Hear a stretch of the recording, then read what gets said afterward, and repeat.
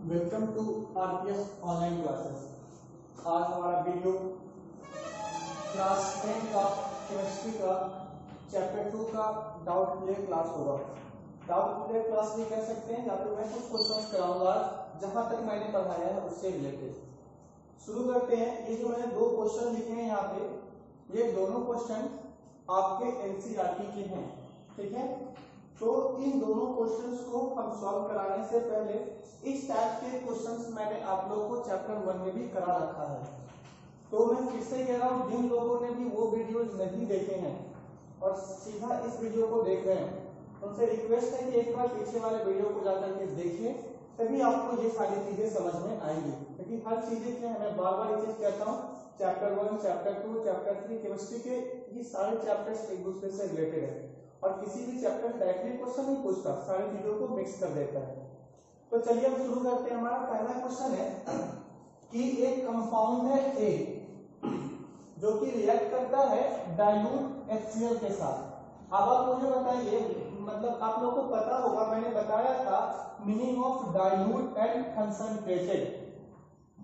मैंने कहा था कि डाइल्यूट एसिड हम उस एसिड को कहते हैं जहां पे कि वाटर की मात्रा जो होगी, वो अमाउंट ऑफ वाटर जो होगा वो क्या होगा, ज्यादा होगा। और अमाउंट ऑफ वाटर ज्यादा कहने का मतलब कि एसिड की मात्रा क्या होगी, कम होगी। मतलब उस एसिड को हम क्या कहेंगे, डाइल्यूट एसिड कहेंगे। मतलब कभी भी हम एसिड को अगर हम डिसॉल्व करते हैं वाटर में, जहां पे कि वाटर, जैसे कि मैंने एग्जांपल भी दिया था 95 ml वाटर और 5 ml एसिड, या फिर 50 ml वाटर 50 ml एसिड, और मैंने कहा था 5 ml वाटर और 95 ml एसिड। तो आप खुद देखिए कि यहाँ पे क्या है, एसिड की मात्रा सबसे कम है ना। अगर एसिड की मात्रा कम है तो इस गिवन सॉल्यूशन में एसिड की मात्रा क्या होगी, कम होगी। तो इसीलिए ऐसे सॉल्यूशंस को हम लोग किस तरह ट्रीट करते हैं, डाइल्यूट HCl की तरह ट्रीट करते हैं, ठीक है। मतलब डाइल्यूट एसिड मतलब जहां पे भी अगर मान लीजिए कि एसिड की मात्रा कम है, मतलब वहां पे H+ की मात्रा क्या होगी, कम होगी ना। अगर H+ कम होगी तो हमारा रिएक्शन क्या होगा, ज्यादा रैंडमली या फिर विगरसली फास्टर नहीं होगा, उसे हम कंट्रोल कर सकते हैं by the help of dilute HCl, ठीक है। तो compound A react with dilute HCl to produce effervescence. Effervescence मतलब होता है बबल ऑफ गैस, कि जब आप किसी भी चीज को अगर आप ऐड करते हो तो वहां पे क्या निकलता है, इवेपोरेंस निकलता है। The gas evolved extinguishes a burning candle. अगर आपको याद हो, जिसने सारे वीडियो को देखा आ रहा है, तो मैंने कुछ कैरेक्टरिस्टिक्स ऑफ गैस बताया था और मैंने एक्सप्लेन किया था कि गैस की कैरेक्टरिस्टिक्स क्या होती है, कौन से, कैसे हम पता करेंगे कि हमारा जो गैस रिलीज हो रहा है वो गैस कौन सा है। तो क्या कह रहा था, gas evolved extinguish a burning candle. Right a chemical equation when one compound is calcium chloride। देखिए यहाँ पे एक साफ साफ चीज का, मैं बार बार कहता हूँ, ऐसे क्वेश्चंस में एक न एक स्टेटमेंट ऐसा जरूर होगा जहां पे आपको क्वेश्चन का आंसर मिल जाएगा सारा का सारा।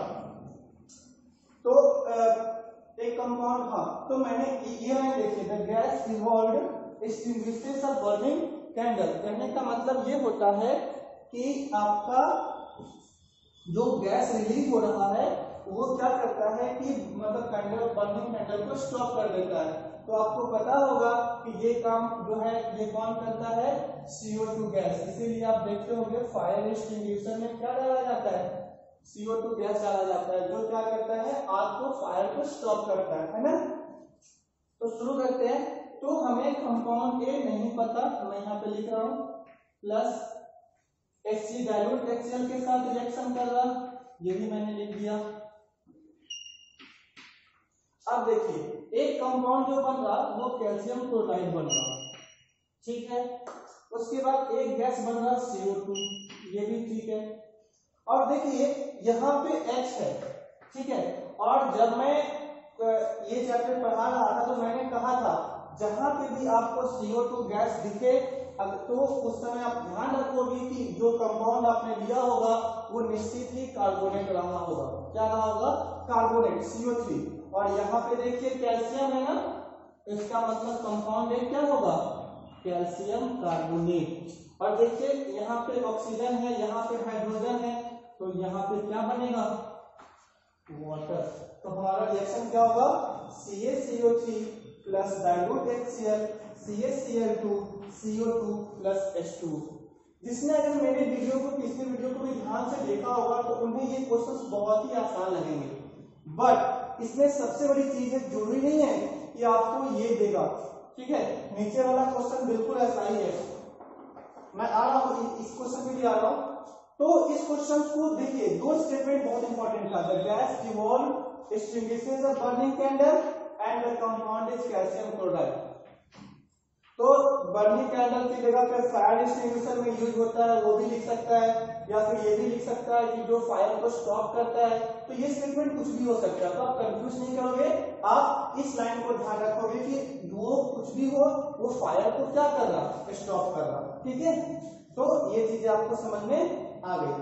चलिए मैं इसे रद्द करता हूँ। ऐसे क्वेश्चन को जरूर करेंगे क्योंकि सीरियसली हमेशा ऐसे ही क्वेश्चन पूछती है, प्रैक्टिकल बेस्ड क्वेश्चन पूछती है, ठीक है।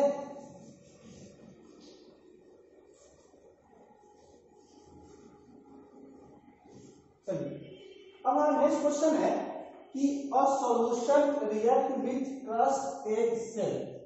अब देखिए, क्रस्ट एग सेल कहने का मतलब होता है कि जो आप कोई भी एक आप अगर ऊपर वाला पोर्शन देखोगे उसकी बात कर रहा है, crushed egg shell to give a gas that turns lime water milky. देखिए पिछले वाले क्वेश्चन में आपको ये स्टेटमेंट दिया था कि जो गैस है वो क्या करता है, बर्निंग कैंडल को एक्सटिंग्विश करता है। यहाँ पे कह रहा है जो गैस है वो क्या करता है, लाइम वाटर को मिल्की करता है। दोनों गैस एक ही हैं, बिकॉज दोनों गैस जो लाइम वाटर मिल्की करते हैं वो भी CO2 होता है, जो फायर एक्सटिंग्विशर में पाया जाता है वो भी CO2 होता है, और जो बर्निंग कैंडल को स्टॉप करता है वो भी CO2 होता है। ये तीनों CO2 एक ही के लिए यूज किया जाता है, इसलिए आप इसे ध्यान रखोगे कि जरूरी है कि हमेशा आपको यही देखिए वो फायर एक्सटिंग्विशर को क्या करता है, स्टॉप करता है। तो लाइम वाटर मिल्की करता है, तो द सॉल्यूशन कंटेन्स दैट। तो अब मुझे बताइए कि अगर मैंने मान लीजिए क्रस्ट एग सेल मैंने ले लिया, ठीक है, क्रस्ट एग सेल, हमें नहीं पता कि क्रस्ट एग सेल में क्या मिला जाता है, क्या होता है मुझे नहीं पता। इसको हमने सॉल्यूशन के साथ रिएक्शन कराया। अब मुझे बताइए कि इसको अगर हम किसी भी सॉल्यूशन के साथ रिएक्शन कराएंगे तो हमारा कह रहा है कि एक गैस निकलता है जो कि लाइम वाटर मिल्की करता है। मैंने जब आपको एसिड का रिएक्शन पढ़ाया था उसमें मैंने कहा था कि कोई भी कार्बोनेट या बाइकार्बोनेट को अगर आप रिएक्शन कराते हो एसिड के साथ तो आपको CO2 गैस रिलीज होता है। तो इसका मतलब क्रस्ट एग सेल में क्या रहा होगा, कोई भी कार्बोनेट रहा होगा, और ये सॉल्यूशन क्या होगा, एसिड होगा। आई बात समझ में? तो हमारा सॉल्यूशन क्या था, एसिड। एसिड को जब हम क्रस्ट एग सेल से रिएक्शन कराएंगे तो वो कैल्शियम कार्बोनेट होता है, तो वो क्या गैस देगा, CO2 देगा, जो CO2 क्या करेगा कि लाइम वाटर को मिल्की करेगा, या फिर बर्निंग कैंडल को स्टॉप करेगा, या फिर फायर एक्सटिंग्विशर में यूज होगा, ठीक है। तो होप आपको ये दोनों क्वेश्चन समझ में आया होगा। इन दोनों क्वेश्चन को आप अच्छे से करोगे। उसके बाद नेक्स्ट कुछ क्वेश्चन हमारे पास हैं, मैं उन क्वेश्चंस को मैं आपके सामने लिख रहा हूँ, आप इस क्वेश्चंस को भी आप लोग करेंगे। आज मैं कुछ नया नहीं पढ़ा रहा, मैं आज जहां तक मैंने पढ़ाया है मैं उन सारे क्वेश्चंस को आपके सामने करा रहा हूं।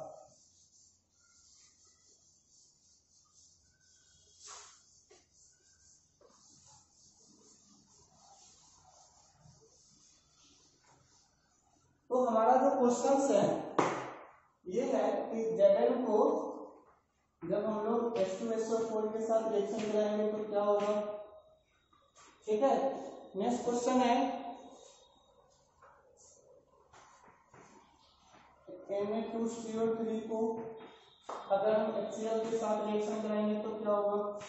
नेक्स्ट है NaHCO3 को जब हम HCl के साथ रिएक्शन कराएंगे तो क्या होगा। नेक्स्ट क्वेश्चन है NaOH को अगर हम कराएंगे HCl के साथ तो क्या होगा। और नेक्स्ट क्वेश्चन है कॉपर ऑक्साइड को जब हम HCl के साथ कराएंगे तो क्या होगा। अब आपको यहाँ पे क्या करने हैं, सारे के स्टेट मेंशन करने हैं। स्टेट मेंशन करने के बाद सारे का इक्वेशन लिखना है और सारे इक्वेशन को क्या करना है, बैलेंस करना है। तो सारे को पहले स्टेटमेंट देखिए, जितने भी एसिड्स होंगे, these all acids are behave as aqueous because they all acids are dilute in nature, ठीक है। तो यहाँ पे हर जगह पे क्या लिखेंगे, aqueous लिखेंगे। इसमें सॉलिड सॉलिड सॉलिड, तो ये क्या होगा, एलिमेंट्स क्या होगा, एक्वस। ये हम क्या क्या लेते हैं, एक्वस लेते हैं। ये क्या होगा, सॉलिड। मेटल्स क्या होते हैं, सॉलिड। ये क्या सॉल्ट है, ये क्या होगा, एक्वस। तो आप इस चीज को ध्यान रखेंगे, स्टेट मेंशन जरूर करेंगे जब सीरियस में कोई भी क्वेश्चन पूछता है तो, और उसे क्या क्या करेंगे, बैलेंस भी करेंगे। तो चलिए मैं एक ही जगह लिखवा देता हूँ। Zn है, पहले खुद से करेंगे, हाँ स्टॉप करके वीडियो को। Zn प्लस H2SO4 क्या बनेगा, डिस्प्लेसमेंट रिएक्शन है ना, ZnSO4 प्लस H2, और ये कैसा होगा, एक्वस होगा, और ये कैसा होगा, गैस होगा, ठीक है, समझ में आ रही है। नेक्स्ट है Na2CO3HCl। अब देखिए कार्बोनेट को करा रहा है एसिड के साथ, तो एक सॉल्ट बनेगा, एक वाटर बनेगा, और एक क्या बनेगा, CO2 बनेगा। तो सॉल्ट क्या बनेगा, Na है और Cl है, तो क्या बनेगा, NaCl, ठीक है। NaHCO3, यहाँ भी वही चीज है, बाइकार्बोनेट हो या कार्बोनेट हो, कंपाउंड हमारा यही बनता है, बस उसको हम लोग नंबर ऑफ अमाउंट क्या हो जाते हैं, ऐड हो जाते हैं। अब देखिए यहाँ पे हमें इस वाले इक्वेशन को बैलेंस करना होगा, है ना। यहाँ 2 है, यहाँ 1 है, तो यहाँ पे आपको 2 लगाना होगा। यहाँ हाइड्रोजन 2 है, यहाँ पे आपको 2 लगाना होगा। 2 हाइड्रोजन हो गए, 2 Cl हो गए, 3 कार्बोनेट है, 3 कार्बोनेट हो गए, 2 सोडियम हो गए, ठीक है। इस वाले इक्वेशन में देखिए Na है, 2 हाइड्रोजन है ही, 3 CO2 है ही, 1 सोडियम है ही, 1 HCl है। ये इक्वेशन क्या हमारा बैलेंस है, ठीक है।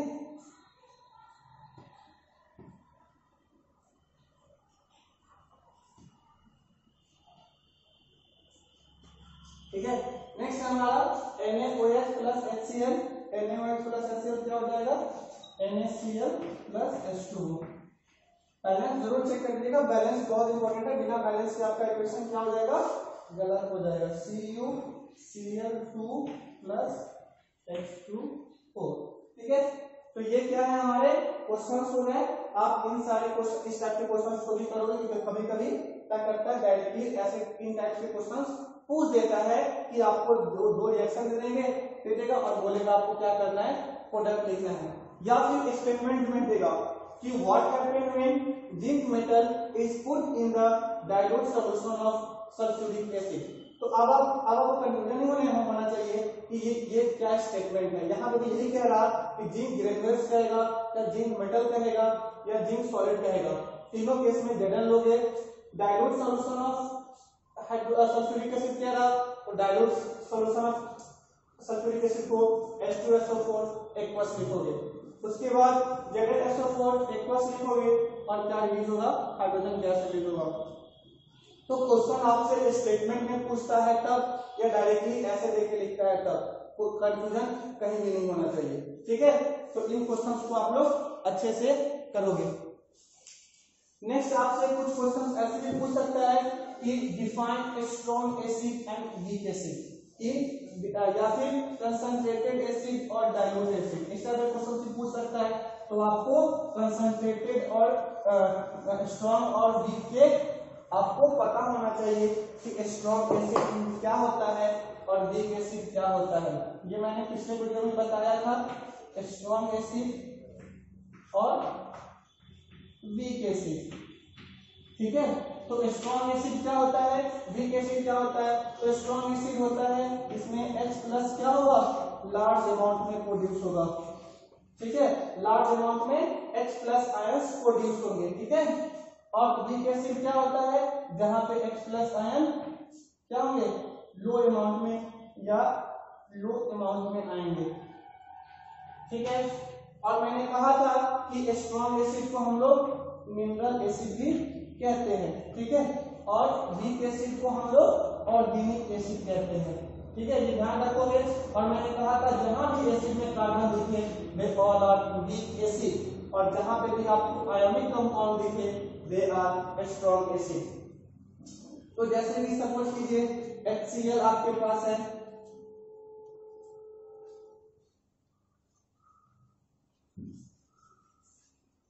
सपोज कीजिए आपके पास बहुत सारे एसिड दे रखा है, HCl दे रखा, CH3 COOH दे रखा, H2SO4 दे रखा, HNO3, COOH,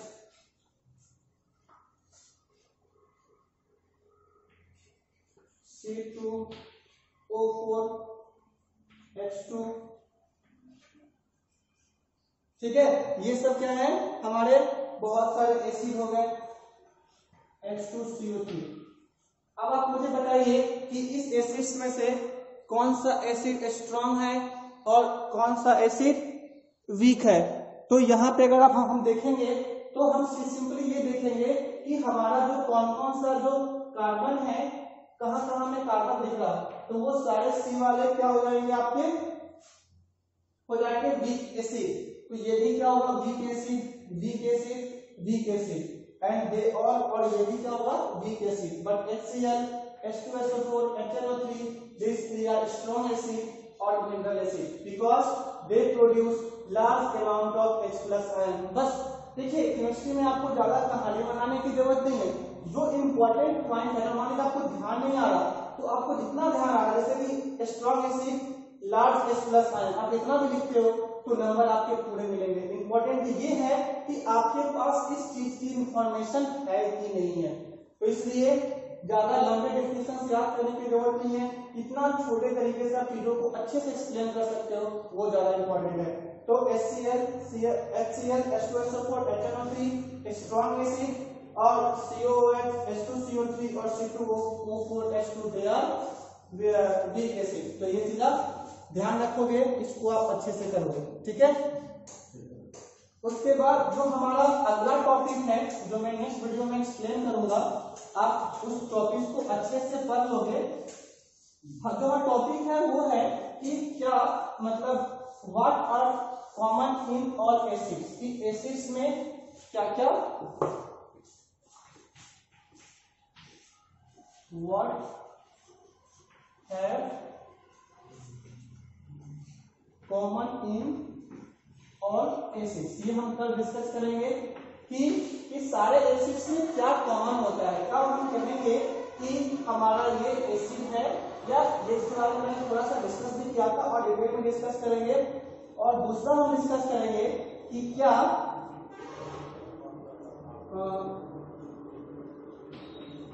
all hydrogen containing compound are acid,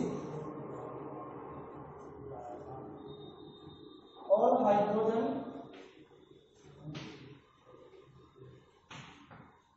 containing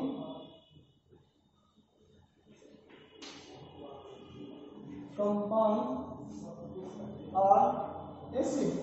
ये दोनों पॉइंट में हम डिस्कस करेंगे। इसके बाद हमारा नेक्स्ट टॉपिक शुरू होगा बेस। ये दोनों पॉइंट जो है ये बहुत इंपॉर्टेंट है। अगर आप इन दोनों पॉइंट को समझ लेते हो तो आप इस एसिड टॉपिक को आप अच्छे से एक्सप्लेन कर पाओगे। मैं थोड़ा सा इसके बारे में कहता हूँ, बाकी हम लोग नेक्स्ट वीडियो में डिटेल में डिस्कस करेंगे। What are common in all acid, तो जितने भी एसिड्स होते हैं आप देखोगे कि जितने भी एसिड्स होंगे वो सबके पास क्या होंगे, H+ आयन होंगे। तो क्या जो भी एसिड है उसे अगर हम वाटर में अगर हम रखते हैं तो क्या वो H+ की तरह रहता है, तो आंसर होगा नो। यहाँ पे ये H+ की तरह नहीं, H+ एक्वस की तरह रहता है। और H+ एक्वस कहने का मतलब होता है कि H+ प्लस वाटर।